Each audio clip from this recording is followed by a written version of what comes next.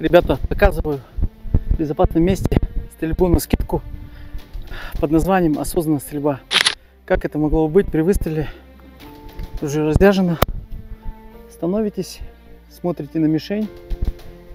Движение пошло. Скидка, вкладка, выстрел.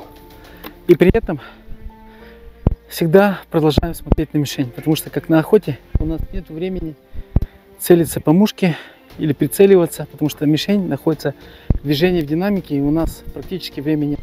Время жизни мишени обычно 3 секунды. Раз, два, три. Пока за это время, если вы не успели стрельнуть, мишень уходит.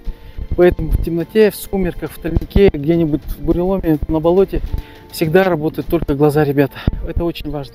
Поэтому приклад — это только маленькая часть, буквально только 2-3%. Остальное — это ваши навыки, стрессоустойчивость, самообладание. Я не знаю, кто-то говорит психология, но я подхожу к этому по-другому, как говорю, как осознанная стрельба. Вы не стреляете подсознанием.